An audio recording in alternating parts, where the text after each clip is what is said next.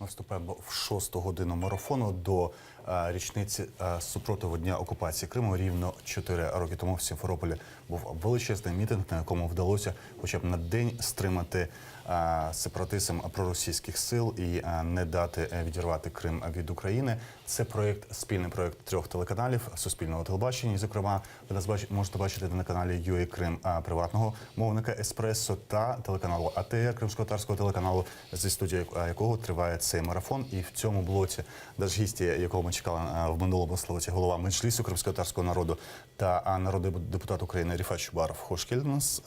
Це було запізнення, співпало просто з участю у мітингу, який відбувався в центрі Києва на Майдані Незалежності. У нас в гостях архієпископ Чернігівський, Ніжинський Євстратій Зоря та муфтій мусульман Криму Айдер Рустемов. Хош келдіңіз. Доброго вечора. Доброго вечора. Для того, щоб поставити крапку з тих запитань, які ми обговорювали в минулих годинах, це по слідах цього скандального висловлювання Сергія Пашинського щодо розмов з лідерами Меджлісу у 2014 році щодо озброєння кримських татар, від якого лідери Меджлісу відмовилися. І вже я не ставлю запитання, чи були взагалі ці розмови. Ми можемо уявити, з якого складу хотіли озброювати кримських татар і як це мало відбуватися? Ну, це твердження, яке допустив пан Пашинський, воно просто безглузде, воно не було насправді. Я і не можу собі уявити, що таке могло би бути.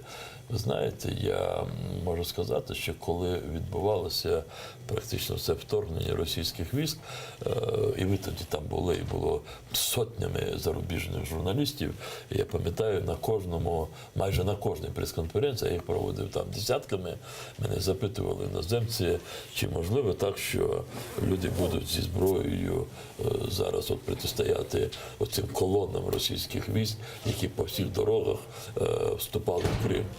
І, зокрема, вони запитували, чи будуть кримські-татари зі зброєю протистояти російським військам.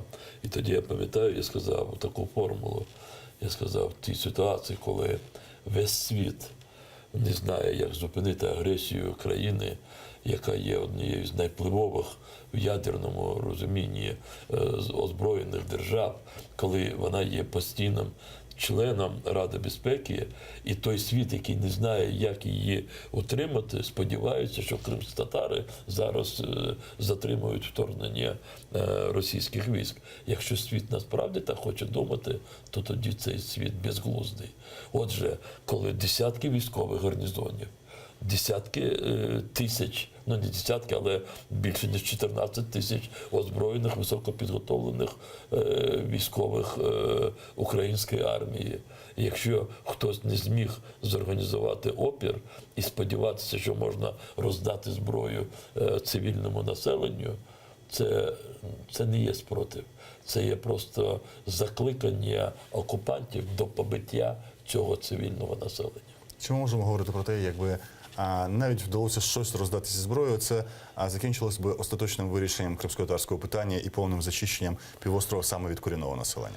Я наводив, я вчора трошки помилився, наскільки ми розраховували на початок окупації, на кінець 2013 року в Криму було живих і здраві близько 35 тисяч кримських татар, які безпосередньо були очевидцями депортації. Це люди дуже старшого віку, як мій батько, допустимо. Він і помер 30 березня 2014 року. І ви знаєте, які були настрої. І ви знаєте, чому я або інші члени Меджлісу не виїжджали тоді за межі Криму хоча б на один день. Бо ці люди дивилися на нас, де ми. Бо люди були вже майже на валізах, бо вони дуже добре розумілися, хто прийшов на кримську землю. Для них не було різниці між Берією, Сталіном і Путіним. Вони розуміли, що це Москва. І тоді би один такий, знаєте, вибуховий якийсь невірний крок, то люди би потягнулися би. А росіяни тільки би цьому допомогли би. Я тоді дуже боявся, і ми про це говорили в нашому кругу, що вони змогли би зорганізувати вбивство, ну, не дай Боже, але 2-3 не кримсько-татарських, можливо, російських, можливо, українських сімей. Руками кримських татар. Знайшли би подонків таких, якісь наркоманів. І потім ми показали, що це кримські татари зорганізували. і потім пустили би проти них маргінальну толпу, а вона жадала крові. Бо з Краснодару, з Ставрополю сотні були козаків. Ну, ми бачили їх на Майдані І вони Леніна жадали в крові. Сімферополі, Вони, так. знаєте, нібито вступили на таку територію противника, і вони думали, де зараз. Це були мародери, і ми їх бачили, але в них була зброя.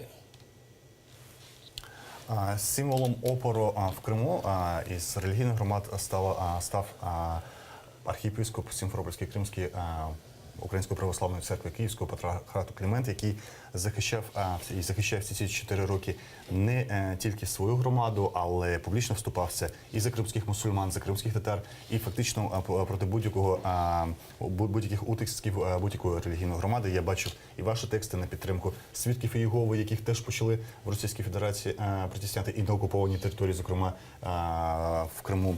Але ж, коли ми востаннє саме зустрічалися в цій студії, я вас запитував, чи знає архієпископ Клімент про цей лист патріарха до Московської церкви про примирення, яка його позиція, особливо його думки в тих умовах, коли церква, Українська православна церква, одна з тих, хто найбільше потерпає в Криму. Я тоді вже відповідав на це питання і можу тільки Тоді ви казали, що він не був знайомий ще з... Очевидно, що вже на даний момент він знайомий, але ми всі бачимо, як насправді ця пропозиція, ця відкрита рука була знову ж таки використана Москвою для внутрішньої дискредитації, спроби дискредитації Київського патріархату, для певних зовнішніх маніпуляцій, але ми спільними зусиллями не дали цього зробити, і ми самі для себе продемонстрували, що ми маємо правильне бачення майбутнього для церкви і як відповідна модель для співіснування і в майбутньому примирення двох країн і двох народів. Тому що очевидно, що рано чи пізно війна завершиться. Для нас очевидно, що вона завершиться перемогою. Для нас очевидно, що Росія все те, що вона несправедливо окупувала, загарбала, захопила, куди зайшла, вона піде. І нам треба буде відновлювати відносини. Очевидно, що вже не з цими провідниками російського народу, які є зараз, але треба буде це робити. І ми показали, що ми готові переступити через той гнів, той біль, який нам завдавався протягом 25 років, тому що ми, як Київський патріархат, ми стали першою мішенню гібридної війни. Ще в жовтні-листопаді 91-го року. Бо саме тоді ті сили, які врешті-решт прийшли в Росії до влади шляхом те, що я називаю андроповсько-сталінської реставрації, коли ТКДБ, яке, власне, володарювало Радянським Союзом певний час, і таким піком цього володарювання стало те, що Андропов очолив партію і радянську державу ненадовго, дякувати Богові. І ось це було реставровано. Так ось ці сили ще тоді, в 91-му році, коли постало питання, як вибудовувати відносини Росії і України, як незалежних держав, чи мати стратегію на реінтеграцію, реокупацію України і втягнення її в нову форму імперії. Єльцин тоді визначився, що ми маємо будувати відносини як дві незалежні держави. А ось ці сили КДБ, які найтіснішим чином були пов'язані з Московською патріархією від сталінських часів і залишаються найтісніше пов'язані, вони вирішили, що Української незалежної церкви не повинно бути, бо визнання незалежності Української церкви – це на сакральному рівні визнання, що є справді незалежна Україна. Коротко, зовсім мало часу. Чи мають бути передумови для примирення і чи мають бути цими передумовами повна деокупація і припинення, принаймні, хоча б утисків, які відбуваються в Криму? Що має передувати? Спочатку припинення цього і потім розмови про примирення? Чи ви готові далі говорити про примирення? Ми маємо відповіді на те, що може і що має бути в майбутньому. Майбутнього ніхто не знає. Крім Всевишнього Бога, ніхто не знає майбутнього. Але ми можемо ці відповіді знаходити з того, що вже було. І приклади примирення, які є у нас у Європі після Другої світової війни, а насправді я от нещодавно спілкувався з одним з європейців, і він мені подав дуже цікаву ідею, що насправді це не тільки Друга світова війна, це 1,5 століття війни. Бо він почав рахувати ще з наполеонівських війн. Ці 4 великі хвилі, які сколихнули європейський континент, і після цього прийшли до розуміння, що треба примирятися. На якій основі примирилися Німеччина і Франція, чи Німеччина і Польща, чи інші країни, які ворогували століттями навіть? На основі правди. На основі правди. І тому абсолютно очевидно, що окупант повинен піти. І я дуже добре запам'ятав слова патріарха, а я знаю, що він людина така, що от він скаже не завтра, не післязавтра, можливо, не через рік, але воно справджується.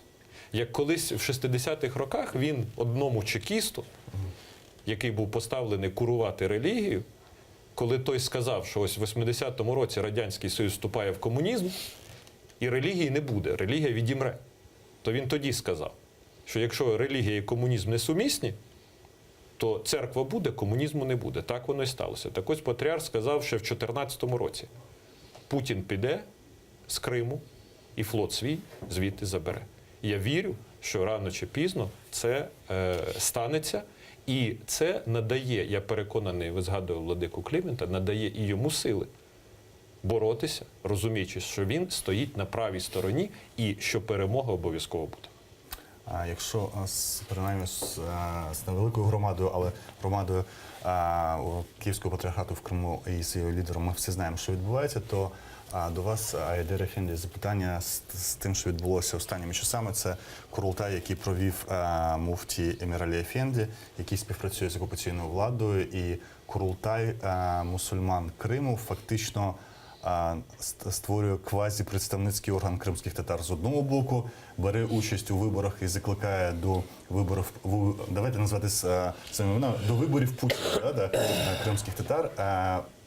Оця тепер може бути розлюбленість кримських татар і мусульман в Криму. Чи є вона, чи нема, чи звертаються у вас звичайні мулли, імами до вас, і що відповідаєте ви їм в цій ситуації? Аузу-билля, бисмилля, салату саламу аля расулилля. На самом деле это жалкая попытка, как я уже неоднократно заявлял об этом, то есть заменить наши представительские органы вот таким вот псевдо каким-то органом, да еще и использовать религиозный фактор. Это, хотя нет никаких оснований, ни общих, ни частных, я имею в виду, ни с точки зрения ислама в общем, ни с точки зрения наших традиций.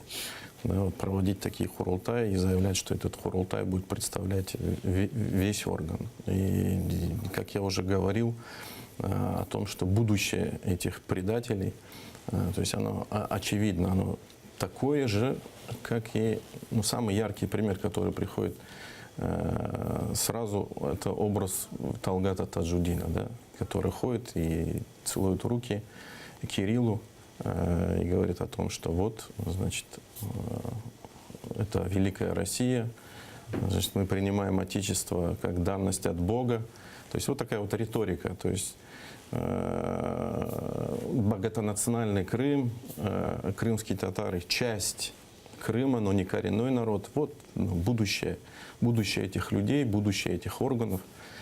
Обращаются ли ко мне? Нет, не обращаются, потому что на сегодняшний день, за исключением частных каких-то случаев, потому что на сегодняшний день Крым, он вот такой вот в атмосфере страха. И там гибридная эта политика, людей пугают, и люди боятся обращаться. За исключением, конечно, тех, которые уже определились со своей дальнейшей судьбой и выехали сюда для того, чтобы продолжать свою борьбу здесь, на материковой части. І я пропоную подивитися сюжет, який підготувала Волинська філія Суспільного телебачення України про мусульман, невелику групу мусульман, які проживають зараз в Луцьку, в цих територіях, де найбільше сильні громади православні, зокрема, і ті потреби, які виникають у мусульман, які зараз розпорошуються материковою Україною.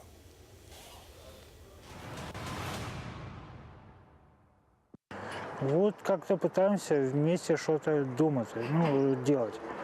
все. А так, все так же, как в Крыму. 2 роки тому раптово помер батько Аліма. На Волині мусульманського кладовища на той час не було, тому тіло довелося везти за 150 кілометрів від Луцька у Львів. За ісламським обрядом померлого потрібно поховати в той же день до заходу сонця. Саме після цього випадку кримчани звернулися до влади, розповідає голова громадської організації «Кримські татари Волині». Нам выделили вот этот сектор 5 соток, 500 квадратов. Из расчета попросили промониторить, сколько проживает в Луцку мусульман. Я встречался с представителями разных диаспор, которые мусульмане проживают в Луцке. И приблизительно вот из расчета 200-300 человек на Луцк выделили нам этот сектор. Здесь у нас инвентарь хранится для захоронения, для обрядов. Будем облаштовываться дальше. Вот плиты, будет дорожечка у нас аккуратненькая, бетонная. Доки мусульманське кладовище кримчани доводять до ладу, тут уже є 2 захоронення згідно з ісламським обрядом. Насколько я знаю, по всей Украине только, по-моему, в 3 городах выделили для захоронений по исламскому обряду. Это Львов, Луцк и, по-моему, Днепропетровск. Даже в Киеве, насколько я знаю, нету кладбища для захоронения по исламскому обряду. Это очень большая проблема. В Украине проживает много мусульман. В майбутньому мусульмани планують у Луцьку збудувати ще й мечеть. Чи відомо вам, панове, яка кількість громад так виникла мусульманських і які потреби? От ми почули лише про наявність таких 3 місць для захоронення. І це побутові речі, одні з тих, з якими стикаються тепер люди, які переселяються на материк. Ну да, конечно. То есть у нас даже на первом нашем Дне Курултая участвовало де-факто 14 религиозных общин с разных регионов Украины. То есть это и Киев, Киевская область, Херсон, Херсонская область, Винница, Винницкая область. Вот. Ну, такая проблема действительно существует. Мы обращались, в частности, и в Киеве такая проблема существует, потому что то мусульманское кладбище, которое здесь есть, северное, оно уже там практически мест не осталось, там осталось мало мест. Мы обращались в частном порядке от религиозных общин, то есть мы даже 4 обращения написали в разные органы, не от центрального органа, то есть не от Духовного управления мусульман АРК, потому что на тот момент мы еще не были зарегистрированы в силу объективных причин. Вот. Ну, получили формальные отписки, и мы с этим будем дальше работать. Уже будем писать письма от Думы РК, ну, и подключать наших уважаемых Рифатова і Мустафа. Мені цікаво, такі громади, які виникають, тобто переселяються кілька хвилин, виникають громади мусульманські, вони до якого муфтіату починають відноситися? Тому що всі знають принаймні про 3, як би вони ставилися, і чи всі вони, якщо створюються кримськими татарами, зав'язані на муфтіат кримський? Если речь идет о религиозной общине, большая часть которой представляет крымские татары, то, естественно, они обращаются к нам. Это так и происходит. То есть, в частности, к нам уже обращаются из города Одессы обратились, из Новой Каховки обратились, из Днепропетровска обратились. Это уже, скажем, новые религиозные общины, которые будут регистрироваться, то есть уже ведется работа, которая будет входить в наш состав. Но также я не исключаю какие-то другие общины, которые могут быть не представлены крымскими татарами, которые могут войти в какие-то другие духовные управления. То есть тут решающим фактором является наполнение этих религиозных общин. Если это крымские татары, то, естественно, они к нам обращаются. Салам, Рифата, до того запитання, яке було перед сюжетом, про це проведення Курултаю мусульман Криму з відповідними рішеннями, які відбулися, чи це дає нам відповідь на те, чому в тому відомому рішенні так званому російської судової влади щодо заборони меджлісу відсутнє було слово Курултай. Оце Курултай вони тепер вбачають тим, яким він є зараз в виконанні Емір-Алі Ефенди. Чи це і є спроба підмінити собою представницький орган кримських татар? Ні, я не думаю, що там така вже глибока якась така, знаєте, задумка. Просто слово Курултай, воно використовується, власне власне самій Росії і більшістю до релігійної сфери, ну скажімо, десь в Башкортостані чи в Татарстані, чи в якихось там інших регіонах. Але не думаю, що вони думали про наступні свої кроки. Справа в тому, що незважаючи на всі їх спроби, які вони здійснюють з 2014 року, ну в них не виліплюється той, кого би, скажімо, можна було б хоча б умовно назвати лідером, і щоб за ним пішли кримські татари. Ну, Ремзі Ільясов, незважаючи на всі його потуги. Чому Руслан Бальбек, здається? Ні, я зараз дійду до нього. Ескандер Білялов, теж персона настільки відома в кримськотатарському середовищі, що незважаючи на всі його амбіції, його ніхто так і не сприймає. Так, є Руслан Бальбек. Не хочу зараз його називати за прізвиськом, бо це з цього виходить і відношення людей. Що би він не робив би, і будучи формально призначеним депутатом Держдуми, за ним немає людей. Єдине, що вони думають, от російські спецслужби, що оскільки кримські татари є глибоко віруючими людьми, що навколо муфтія можна це штучно сліпити. Але ж вони не розуміють, наскільки кримські татари є, скажімо так, гідними і в самій релігії. І ви знаєте, це в давніх наших традиціях. У нас може бути так, що люди об'єднані формально якоюсь людиною, яка майже має сан. Але якщо мусульмани його по факту більшістю своєю об'єктивно не вважають людиною достойною, його формальний сан він нікого за собою не поведе. І зараз вони думають, що колись обраний Еміралі Аблаєв завдяки формальному сану, це як нібито такий, знаєте, тепловоз. Можна причепити всіх кримськотатар, і він потягне туди, куди скаже окупант. Але ні, цього не вийде. Єдине, що відбудеться, чим більше вони на нього покладають, тим більше він просто розвінчується перед кримськими татарами. Я зараз не говорю те, що мені приходить на розум, я говорю те, що ми спілкуємося кожного дня з тими людьми, які приїжджають з Криму, і ми дуже вивчаємо, моніторимо всю ту ситуацію. Але цей проєкт, що вони зробили, чи цей захід, який вони провели пару тижнів тому, це виключно виборчий проєкт. Вони думають, що таким чином зараз там в Криму йде паніка, бо кримські-татари не підуть на вибори. Лише 2 хвилини, і тому пропоную вам по 30 секунд. Почну з вас, Владико. Відомо, що понад 100 дітей вже без батьків, батьки яких у в'язницях, в тюрмах зникли. І це є організації «Bizim Ballar» або «Наші діти», яким допомагають кримськотатарська громада, я знаю, і про участь громади Київського патріархату. Але коли ми кажемо про наші діти, хто має ними опікуватися? Чи має ними опікуватися українська держава? Бо відповіді на це запитання з цими дітьми, з тими політв'язнями, які фактично виникають в Криму щоразу, щотижня, відповіді на неї немає. Безперечно, що українська держава повинна захищати своїх громадян. Бо це є обов'язок кожної держави захищати своїх громадян. І очевидно, що дуже складно це робити в тих умовах, які є. Але я знаю, що і спільно, зокрема і на дипломатичному рівні, тому що через тиск на Росію, через порушення цих питань, зокрема, як одного з аспектів триваючої окупації, який має і гуманітарний вимір, і потребує негайного втручання. Якщо там, скажімо, якісь міжнародно-правові аспекти і так далі, це є предмет для довготривалих подій. Може бути, та ситуація може сьогодні, завтра, післязавтра терпіти, бо вона не змінюється, не поліпшується чи не погіршується. То тут йдеться про життя.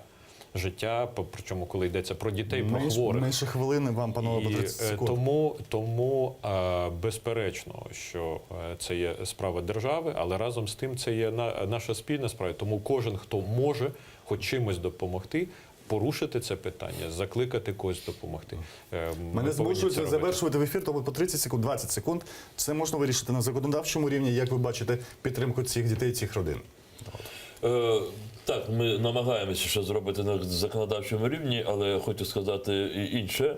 І це життя показує, і за це треба подякувати всім людям.